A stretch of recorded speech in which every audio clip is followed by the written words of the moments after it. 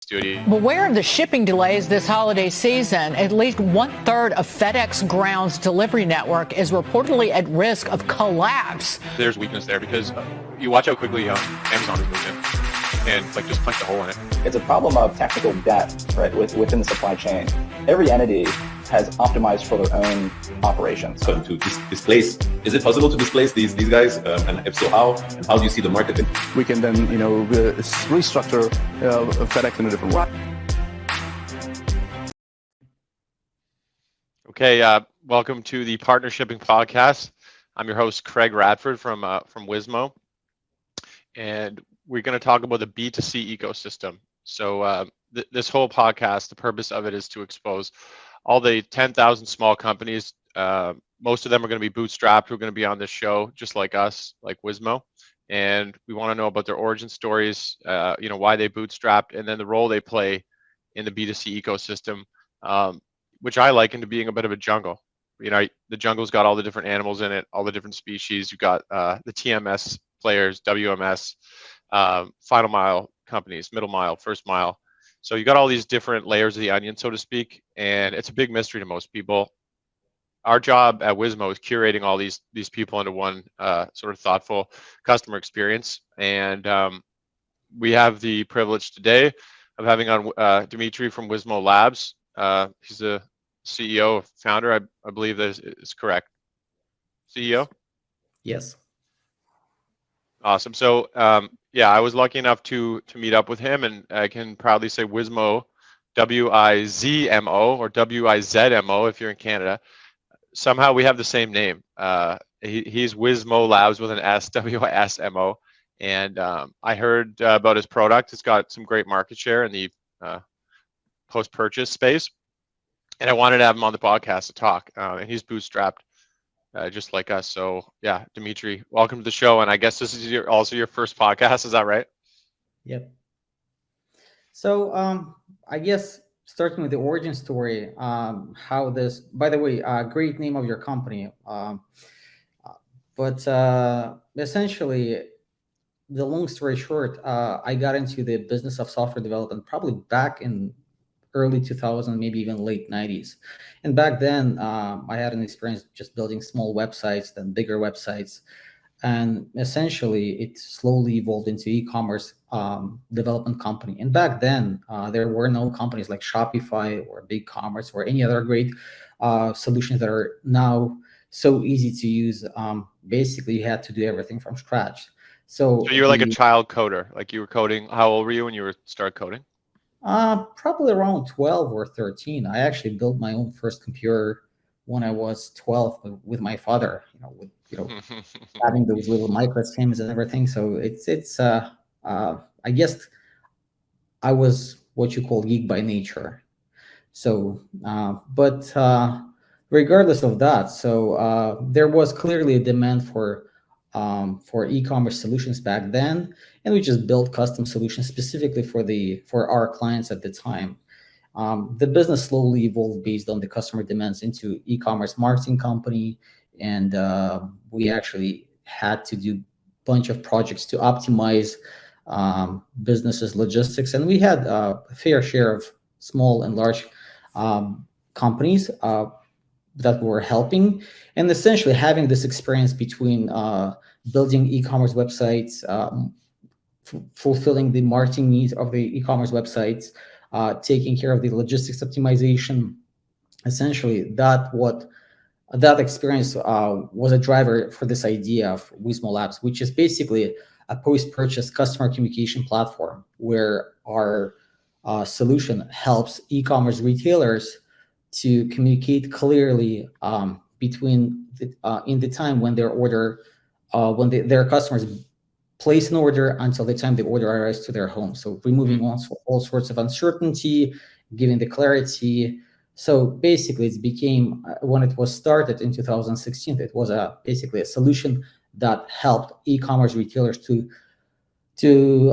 track their orders after the orders left their warehouse on the back end. And on top of that, so initially you're like the pre-Shopify solution, like before Shopify existed. So you're talking an end-to-end solution that you were building from scratch from fully custom, did you feel the need that there needs to be something like a Shopify while you were in there? Like, did you have a concept like, hey, maybe I should build a turnkey solution for websites? Because it feels like that must have been like an obvious, almost obvious, where it's like it shouldn't be this hard. Because I remember it was nearly impossible to get a website to work, that to just be able to check out and have it, send a confirmation and the tracking information and whatnot, all those components. No, actually, we were more sort of a white glove service company where we designed a very custom specific solutions for the exact business needs. So it's more so not software as a service solution. We were producing a very highly customized specific solution specific to each individual business need. So it was more so a service company that used software development as a way to solve problems that business may have. And just so I have the resume right here, so we're 12 years old. You didn't go right into founding a company, I don't think. After that, did you work anywhere? Like, did you have a normal job, or did you just go straight into owning a company? Yeah, actually, I started my first business when I was 18 or 17 years old, and that was mostly out of necessity. Because I was born outside of Canada, and as a part of my immigration process, I needed to make sure that I actually able to generate some income in a legal fashion. So, yeah. And before that's how the company was born. My first company was born. And that all slowly evolved into a different company that was sold later. Then a different company was created. So actually, I have experience with a couple, more than a couple of different startups. Some of which were somewhat successful, some of which were barely just there to serve other purposes. So you're like a serial entrepreneur, as they say. You've had multiple goes at it, and it sounds like one worked out well enough that you actually were able to sell it. Is that right? Yeah. It was the service company that was doing exclusively search engine optimization. Wonderful. Okay, and then so did you become attracted to that one segment of what you were doing, which is the post-purchase experience, and did you feel a void in the market there? Like, how were you drawn into what WISMOlabs is doing, which I think is the biggest emerging category of anything, which is the post-purchase experience. And I've said for years, I actually think the tracking is more important than the speed of delivery and who's delivering it in most cases. Yeah, absolutely. I mean, back in the days when we had this software company that was working on logistics optimization as well as e-commerce and marketing at the same time, there was need by a couple of our customers at the time where they just purely wanted to reduce where's my order calls because everybody can track shipments, but everybody nowadays clearly realize that you want to do this through your brand's voice. So that solution was made for that one specific customer, just to replace the standard tracking pages of the big carriers who they used at the time. And very quickly. And just quick here, because some people might not know. So like WISMOlabs, that's what the abbreviation is. Where is my order, right? Yeah. So I mean, I know that because I worked at UPS back in the day, and that's what they used to call a type of value selling, where you say, hey, like, you could go with the other guys, they don't even have tracking, but we have tracking, so you won't get so many WISMO calls. And at that point in time, you were picking the phone up. There wasn't even probably it was predominant to have phone calls versus emails for customer support. I mean, it's turned into much more. Yeah, absolutely. I mean, essentially that was the number one goal that we wanted to achieve for that particular retailer, just reduce their where's my order call volume. And the idea started to come in later once we saw the amount of traction that this particular solution made specifically for one retailer was generating. So that's how the idea of WISMOlabs was born.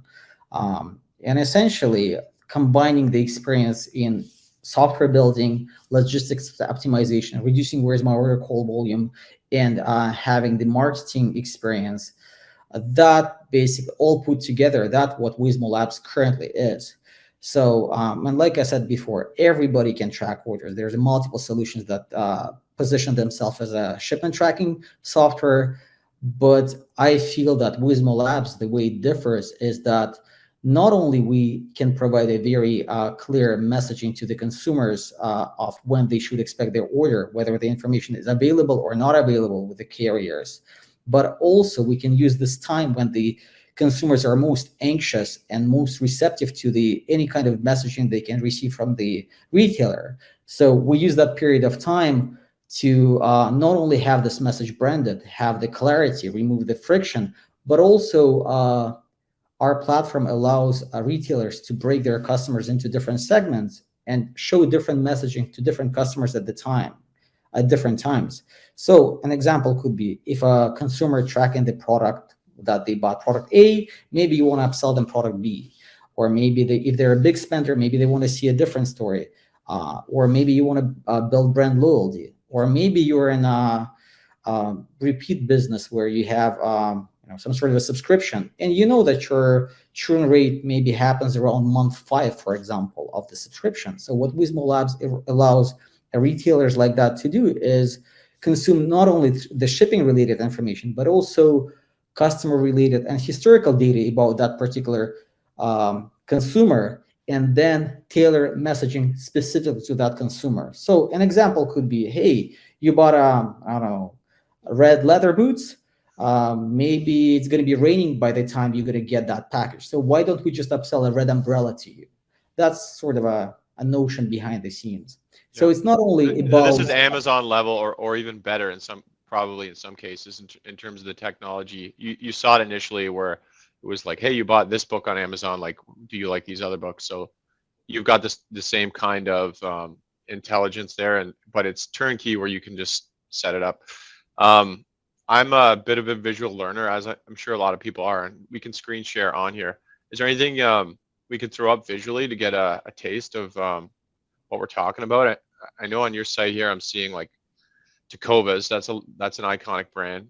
I was just in Nashville. I saw like I think it was like a world headquarters store or something, huge Tecovas cowboy boots. And Purdue, Jonas Brothers. These are some pretty cool names. Dr. Squatch. Is there anything we can get a look at, perhaps send in an old email or something like that? I think people are going to grasp it better. Yeah, let me just share my screen and I'll just show you how the platform might look like. Yeah. And I guess this is, you've mentioned Tecovas, so this is one of their tracking pages. So there is Jason who's tracking his order and is going to get there tomorrow, and he sees that banner or that messaging. And there's Joseph, his packages are arriving in a couple of days, and he sees that banner. Now there's someone else who's tracking their package, and he sees that banner. And I guess the banner is just a easy way to demonstrate this concept, but don't think of it as just sort of a static banner. It could be video, animation, maybe text information, maybe some sort of other messaging that you want to put in. So that's how the system actually works. You can display different messaging to different customers in different time within your brand.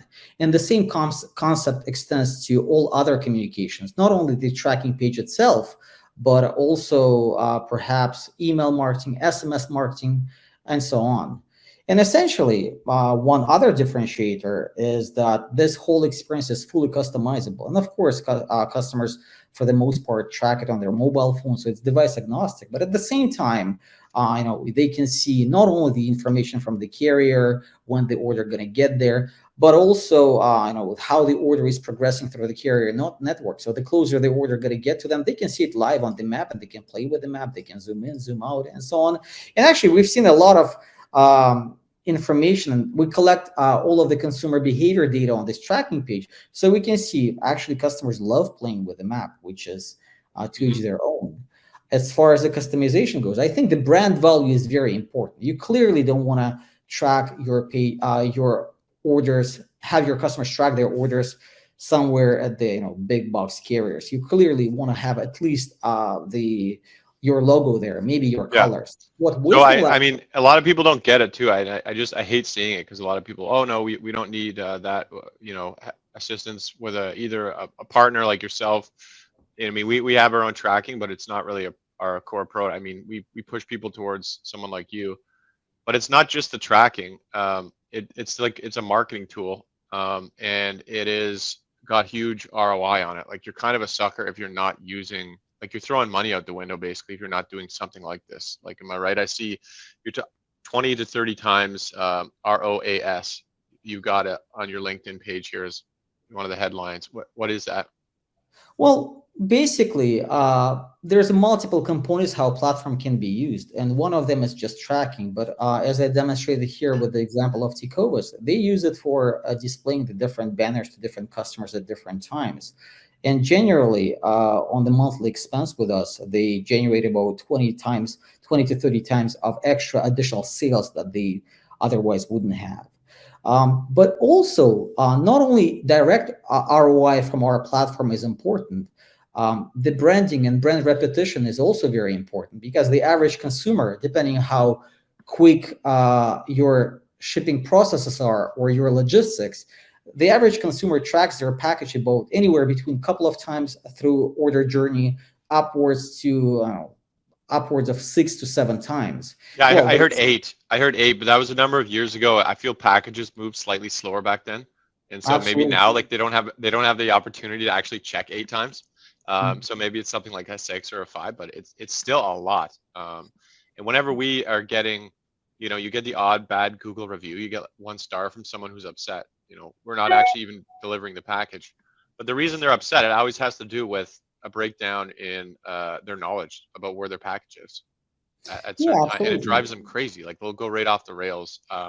We're not even the platform that sold them the goods that they purchased. We're just someone who assists in the logistical process, and they'll go as far as hating on, our Google review page because of tracking. So I mean, it shows you how big of a deal it is to get this right. Yeah, no, 100%. Anything that goes wrong anywhere between the customer visiting your website until they get their products in their head, it's attributed to the brand, regardless who's at fault. They don't care, and rightfully so. And I like you've got the FedEx phone number at the bottom there as part of the logo. I think that's pretty cool too, because they're gonna. At the end of the day, you don't want everybody bothering you all the time. Like if they can bother FedEx, that's good too, right? Yeah, absolutely. Although there's some demand from some of the retailers that we have to hide that carrier information. And that could be the situation for some of the retailers who use a very complex logistics where there are multiple carriers involved in the getting the package to the door. So it could be confusing to the consumer. Maybe select fast shipping method on the checkout page, then they get the notification that somehow exposes, let's say, one of the big carriers, then that package is being relayed to the smaller carrier and last mile carrier. So to avoid that confusion, it all could be hidden if necessary. But you're absolutely right. As a retailer, you don't want to handle those WISMO calls, especially when things don't go right. Yeah. And that's what the platform can do. It just can remove that, alleviate that friction from the customers and reduce that WISMO call volume.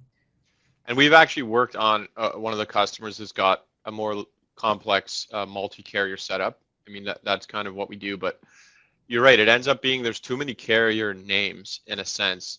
It can be confusing. And do you really want to tell people that much information? I'm seeing some people, especially the biggest brands, who almost want to seem like they're a logistics company, and that part of their unique offering is that they have sort of this logistical muscle to flex, and that this is their tracking page, and that it's their B2C delivery solution, and that's very customized. And I think that's great, and that's probably something that's going to keep growing. And you're saying this is fully custom, like whether you put the logo on there or not, you guys will make it work for what folks want. Yeah, absolutely. Like, this is one of our standard templates, but we have some of the customers who just decided to go with a completely custom layout from top to bottom. So for example, this is one other retailer that we have, Elevated Faith, and you can see their page is completely custom. They have integration with shoppable feeds with Instagram. They have different banners, different layout, and clearly, and actually with this particular customer, they decided to go even deeper and have that shoppable feed, so that you can actually purchase the product right from the tracking page. So you just basically click there, and right then and there you get to the product that you can buy right from the tracking page, whether you're on your phone, because like I mentioned, the solution is fully design agnostic.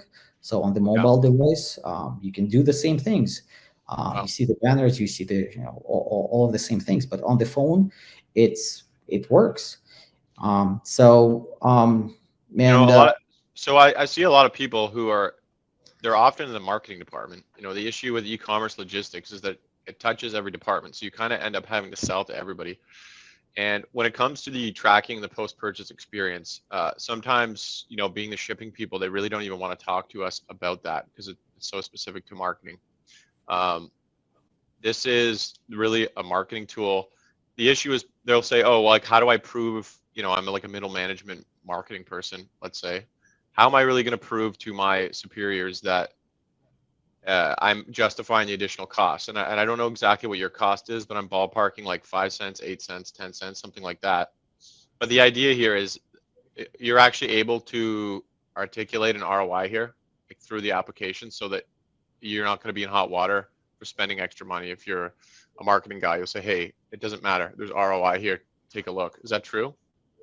Yes, absolutely. So the platform comes with the analytical side of the things, where you can see not only your logistical information, and you can clearly see where each individual package is at right now once it's left the warehouse. So on one side, you can have close to real-time visibility of where the orders are, which helps the support department to answer any questions that might arise from consumers. But on the marketing side, each of those assets is tagged. So whether it's banner A or banner B that you display, it always links back to that functionality on your website that geared towards selling that product. So if a consumer clicks on the banner, gets to that product page and buys it, that sale is attributed to WISMOlabs, and you can clearly see what the amount of orders that WISMOlabs generated.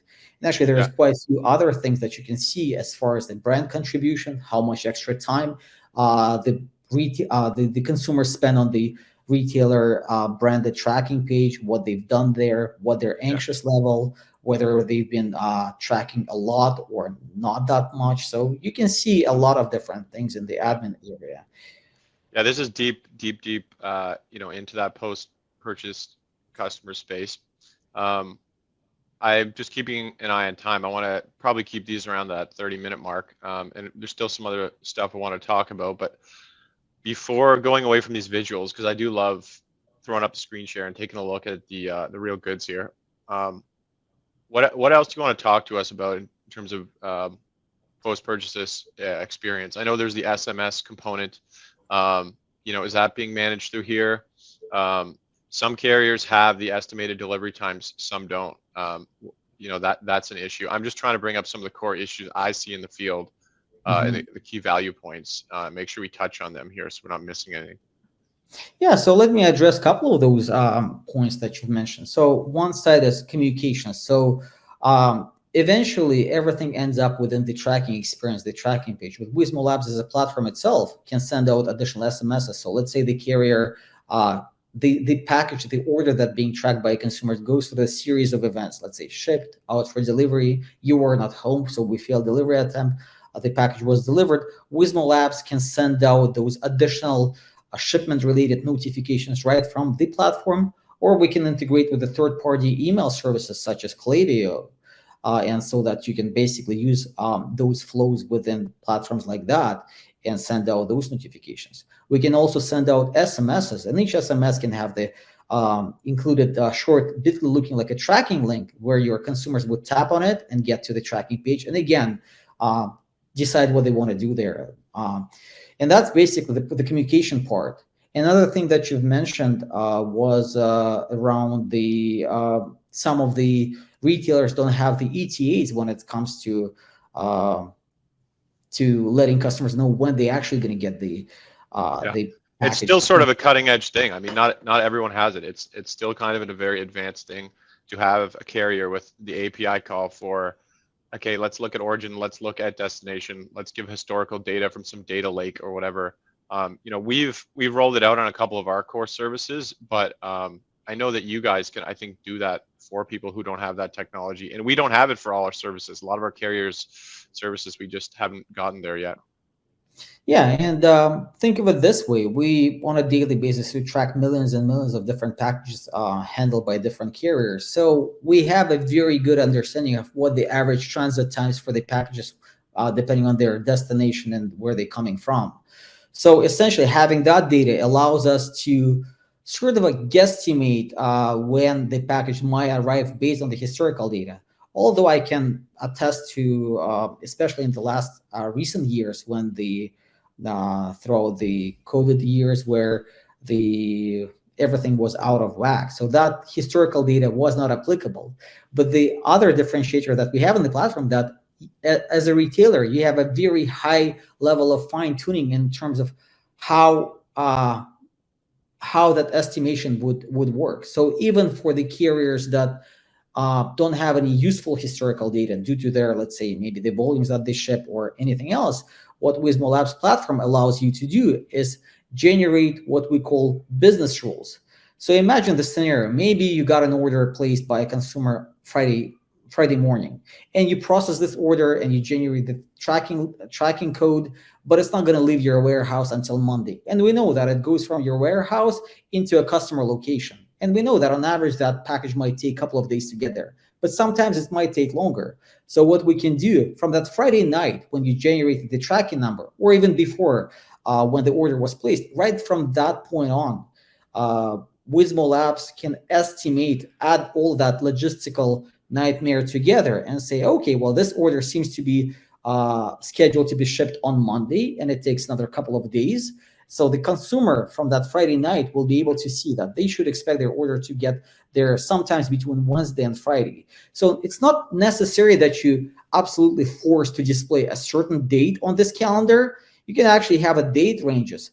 So the name of the game here is keep your customer in the loop. But if you can't be accurate, give them some information just to give that extra level of certainty, so they don't have to pick up the phone and call them. And example of that would be, again, with the elevated freight account. So you can see the estimated delivery is October 3rd to October 5th. This is because of that situation where probably that specific shipment is not necessarily shipped by the guaranteed service, and perhaps the consumer lives in the rural area. So there is no definite estimation with a high degree of accuracy that we're confident to display to the consumer. Otherwise, we might just basically overestimate or be very optimistic. Let me just ask quick. In the shopping cart, are you reaching into the shopping cart now, or is that in the plans? You know, I do see sometimes that's the first place where you see an estimated delivery date may actually be upstream in the cart. Yeah, that's something that we're currently working on as a widget that would be integratable with different shopping cart solution. This information could be currently relayed to the retailer via API calls, but the plug and play integrations are coming soon. Yeah, so if you're API, you can do it already. If you're not, it's coming soon. But I gotta tell you, I honestly think this is you're like a total sucker if you're not using the estimated delivery date. There's obviously a lot of study, a lot of understanding that the ROI is absolutely massive. People like Amazon wouldn't be doing it if it wasn't. And then not only do you need to maybe see it in the shopping cart to help make the sale happen, but once it arrives in your inbox, kill off the anxiety. A lot of people are selling niche products anyhow. It doesn't necessarily have to be that you're spending money to fly this package across the country, that you're spending, you know, 15, 20 bucks on shipping. Absolutely. You know, you could send it slower if you have a really good estimate of when it's arriving, and someone says, hey, it's a niche product, I can't buy this thing anywhere else anyhow. So, and then, you know, allows you to keep a little more margin. I really think people are missing out if they don't understand that they can save on shipping, provide more data in terms of estimation, and push their margins up big time. And I don't think they're going to suffer from it in terms of like a lifetime value metric or anything like that. So yeah, pretty exciting stuff. I really wanted people to see it who are in our camp here, and then I wanted to expose it to, you know, some other people. So really glad we got to take a look at it. Is there anything else that you wanted to touch on here quickly before we get to the half-hour mark and we sign off? I think we covered pretty much all the basics. If there are any specific use cases that we didn't cover, chances are it's something that WISMOlabs can handle, because think of the platform not as a tracking platform, but the solution that can consume all sorts of different data and make a decision based on the kind of a data it's received. And you see, that's my geeky side coming out again. I bet it didn't make a lot of sense. Okay, and how do people get a hold of you if they're interested in this? Yeah, absolutely. The best place to get hold of us is to schedule a demo of the product on our website at wismolabs.com, spelled WISMO labs as a laboratory.com. Actually, you can see it right in the top corner beside me. So wismolabs.com. Maybe we'll throw up a banner there if we can figure that out, make it extra easy. But anyway, yes, I wanted everyone to meet my my Canadian friend here, Dmitri. If anyone's gonna interview him, it's gonna be another company called WISMO, also in Canada. No animosity between us about the names. We think it's a great, funny coincidence, and he's always a fun time. Well, a lot of humor on calls with him. I know it's your first podcast. Next time you'll bring that humor side out full on. Next time maybe I'll have you on again, because I'm thinking about having a circulation of people who are experts at certain areas of the ecosystem, and I don't think I can find a better one at the moment than WISMOlabs for post-purchase experience. So anyhow, thank you very much for being on the show, and thanks to everybody for listening, and we'll catch you next time. Thank you, Greg, for having me.